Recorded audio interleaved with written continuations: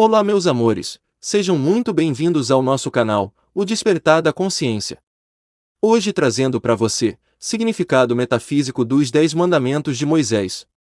Mas, antes deixe seu carinho como forma de like e se inscreva no nosso canal. Gratidão.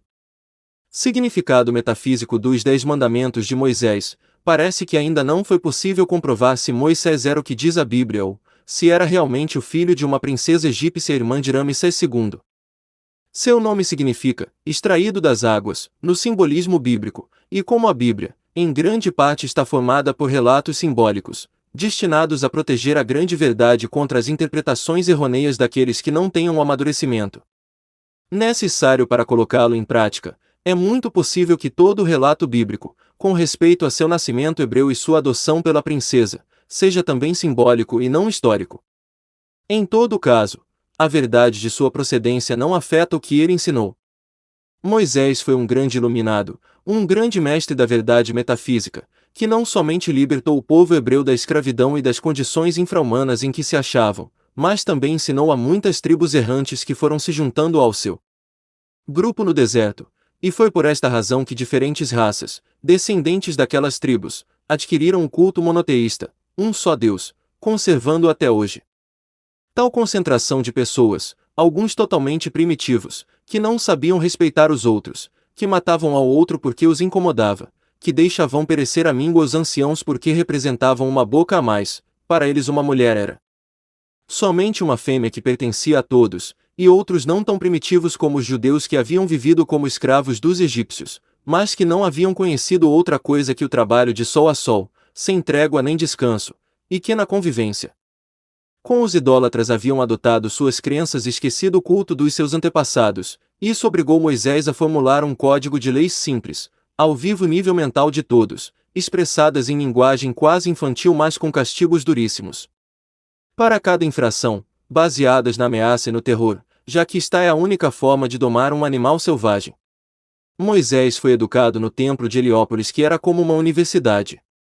Ali se ensinava o que chamavam de geometria naquela época, e que incluía não somente matemática, mas também a metafísica, astrologia, numerologia, significado dos números, e um simbolismo triplo que usavam naqueles tempos para deixar registrada a sua sabedoria, a serviço das gerações futuras, à medida que evoluíssem. O primeiro aspecto desta simbologia era simples, se refere à vida e mundo dos humanos. O segundo aspecto era metafísico. Trata da mesma condição mas no plano mental. O terceiro aspecto era hieroglífico e trata do mesmo assunto no plano espiritual. Este último aspecto é tão profundo, que se diz ser inteligível somente para espíritos puros, e aqui está nossa primeira exposição do princípio de correspondência que diz, como é em cima é embaixo. Embaixo significa, no plano material, nas condições humanas, no visível. Em cima se refere ao invisível, ao mental e logicamente ao abstrato, espiritual. O que diz o princípio de correspondência é que todas as leis atuam em todos os planos, e que as condições de um plano se repetem no plano superior como no plano inferior. Isto você verá claramente daqui para frente. Assim elaborou Moisés seus 10 mandamentos ou Sefer Bereshit, como se chama este código de leis no idioma hebreu, para que a humanidade, à medida que for evoluindo e despertando, vá se iniciando no ensinamento superior, e a seguinte interpretação não é invento de nenhum homem. Foi deixada em códigos conhecidos por muitos adiantado, mas mantidas ocultas nestes milênios.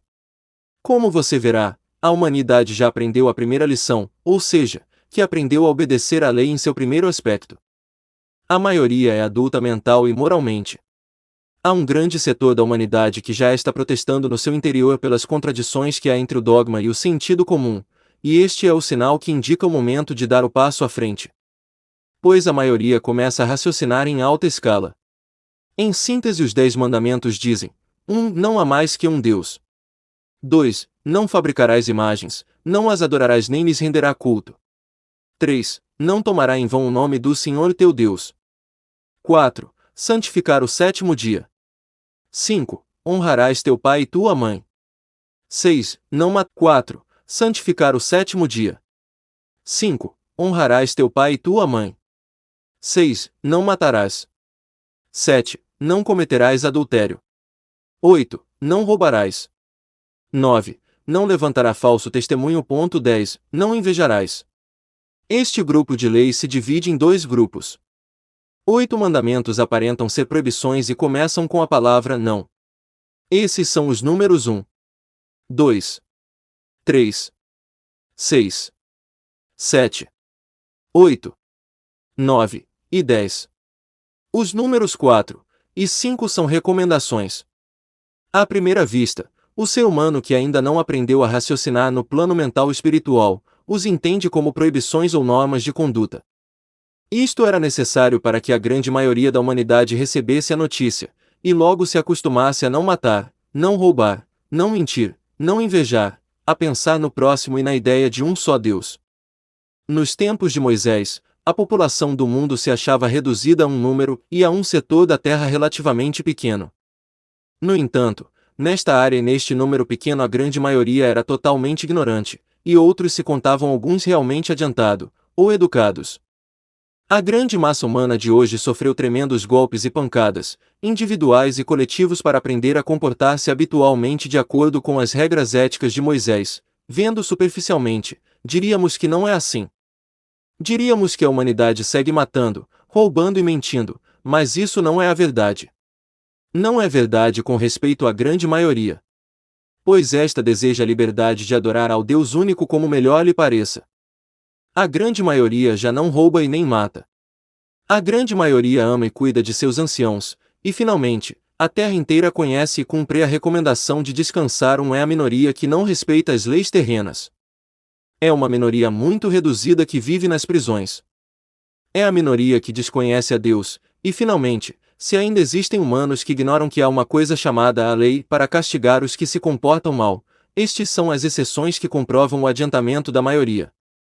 É chegado, pois, o momento merecido pela grande maioria humana, de dar o próximo passo adiante, ou seja, de receber e compreender o segundo aspecto da trilogia simbólica, já mencionado, o que trata do plano mental, porque o terceiro aspecto, o hierógrafo, não o compreenderemos até que sejamos limpos de todo o erro. Quando se nos possa catalogar de espíritos puros, ou seja, quando tenhamos aprendido a amar-nos uns aos outros. E vamos ao ponto. Os três primeiros mandamentos expõem o princípio do mentalismo já tratado, de maneira que não vamos discuti-lo agora, somente no final, depois de expor o que encerra os mandamentos números 6, 8, 9 e 10, ou seja, não matarás, não roubarás, não levantarás falso testemunho, não invejarás. Para esclarecer, o vocábulo não tem a mesma intenção dos cartazes que nos colocam em pontos determinados das cidades e que dizem, não jogar lixo, não pise na grama. Esses são atos que o cidadão pode cometer mas que não deve, e assim-lhe. O não dos mandamentos significa não podes, por mais que você tente. Que é inútil e absurdo que você continue acreditando que o pode fazer, porque não o conseguirá. Meu mestre dizia que o não do Pentateuco equivale no idioma de hoje a que alguém dissera não atravessará nadando o Oceano Atlântico. Por quê? Porque você já sabe que não se pode nem mesmo tentar. Não se possui a força. O corpo material não tem vontade própria. Não pode opor-se nem mandar. A vida está no espírito, na alma, no eu superior. Quando está abandona o corpo de carne e osso somente fica a massa inerte, sem a vida, de maneira que se pode apunhalar o corpo de fulano, se pode pôr cianureto no café de Beltrano, poderiam seus corpos deixar de existir no plano terreno, mas eles continuariam cheios de vida e conscientes no plano que segue e o único que se conseguiria fazer que a lei do ritmo, ao devolver-se, golpeie você. Assim morrerás pela mão de outro ou por acidente. O conhecido ditado óleo por óleo, dente por dente da Bíblia, e o popular quem com ferro fere, com ferro será ferido, não são mitos. Mas não é Deus quem castiga, como se crê, mas as suas leis, seu princípio rege em todos os universos e em todos os planos, tanto para retribuir o bem como para cobrar o mal.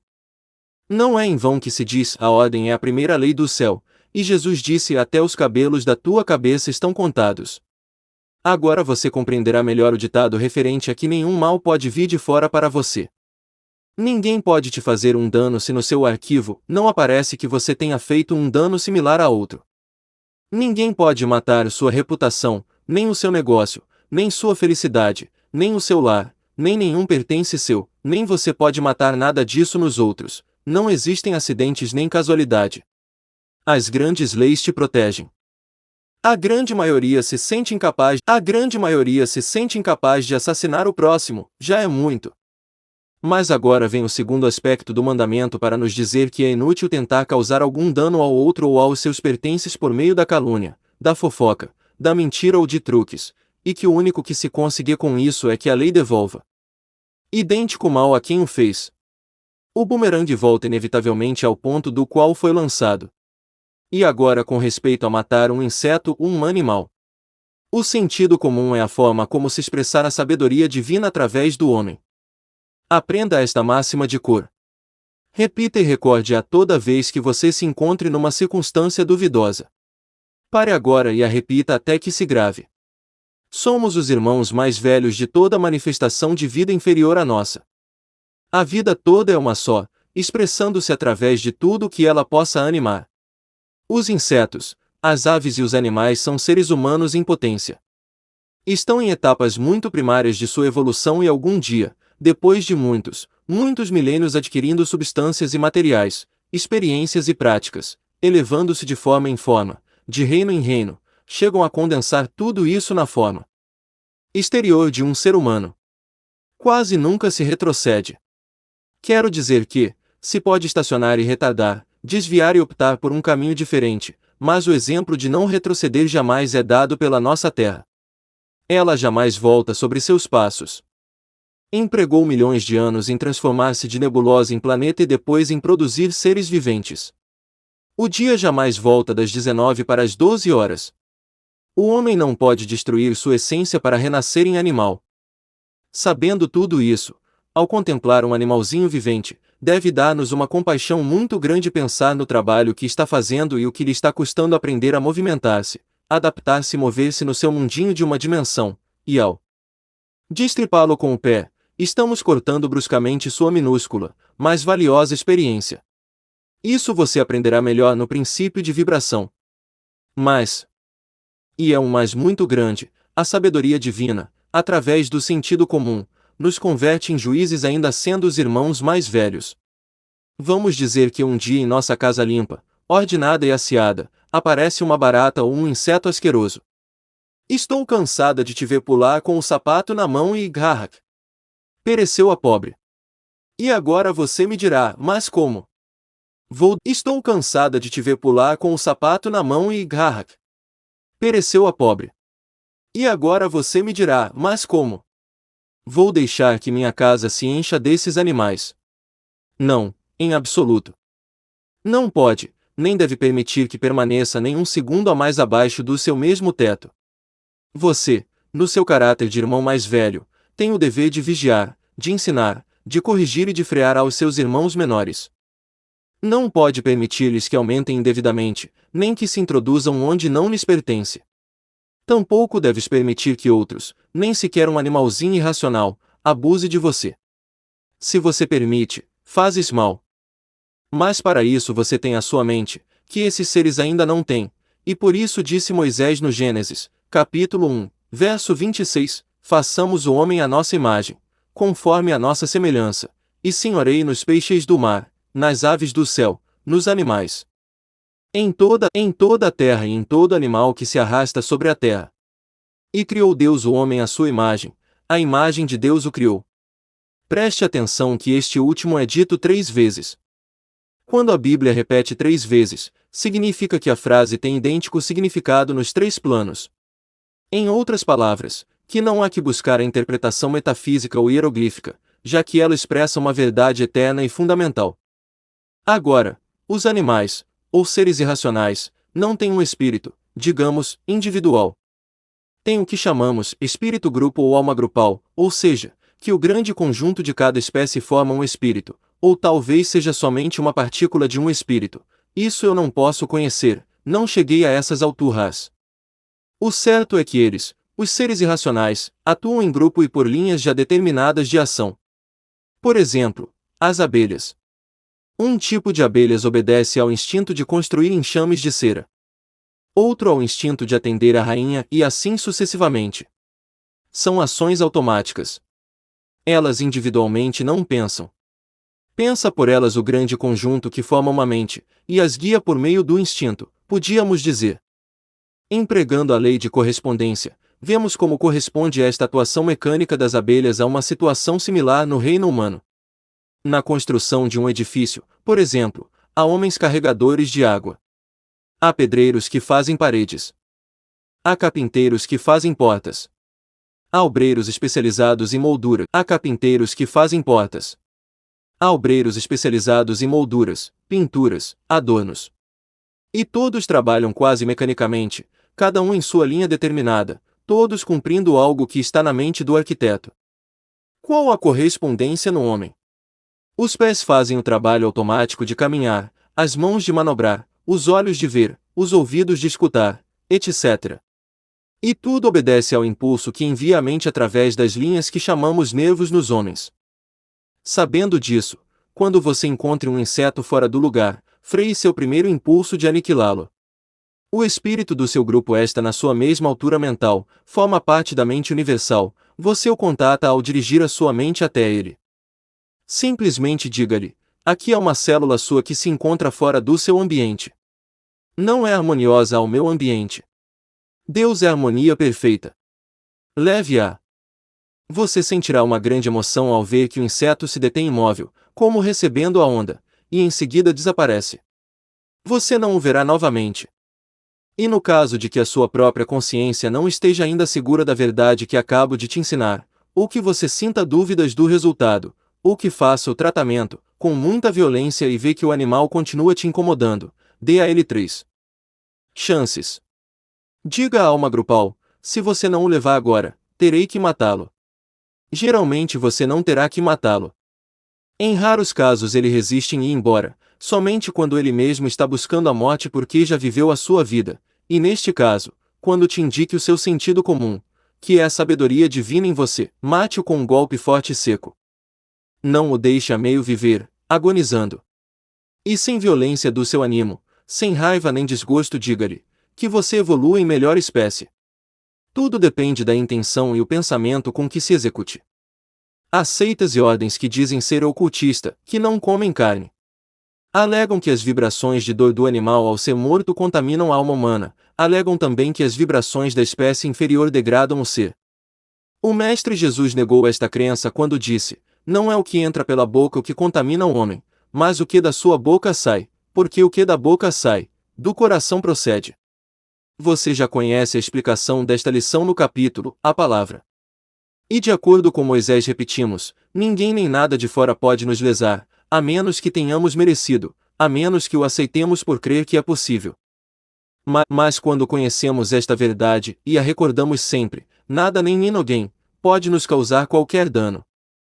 O gosto por comer carne ou a necessidade de carne como alimento somente significa que o indivíduo ainda conserva uma quantidade de sua natureza animal carnívoro, entenda. Não chegou ainda ao ponto em que suas células possam prescindir do alimento ingerido do exterior, isso é tudo. Por que se limitar obrigatoriamente a comer frutas e verduras não é uma prova de elevação espiritual, já que a vaca e o cavalo comem somente ervas e grãos? Ao começar a estudar metafísica, ou ensinamento superior, começam a se limpar as células do corpo, pelo fato de que se começa a viver em um mundo mental espiritual, e de acordo com o princípio de correspondência, como é embaixo é em cima, como é em cima é embaixo. Todo ser evolui a seu tempo. O estudante nota, cedo ou tarde, que começa a não necessitar da carne como alimento, e chega a desgostar sem que nada, nem ninguém o obrigue a isso. Algo muito importante: quando você estudar o princípio da vibração poderá comprovar a verdade científica que diz ser impossível que uma vibração de menor frequência possa dominar uma de maior frequência. O animal vibra em um plano inferior ao homem. Como poderá então afetar ao homem? Unicamente segundo uma condição: que o homem ignore o princípio de vibração e acredite que seja possível ser afetado pelas vibrações do animal. Crendo, está aceitando e, portanto, submetendo-se a uma lei inferior a ele. Por essa mesma razão é que não se pode matar. A vida é positiva. A morte é negativa, ou seja, é a negação da vida. A vida é indestrutível. Você não pode matar por mais que tente. Se gostou desse vídeo, compartilhe com seus amigos e familiares. Gratidão.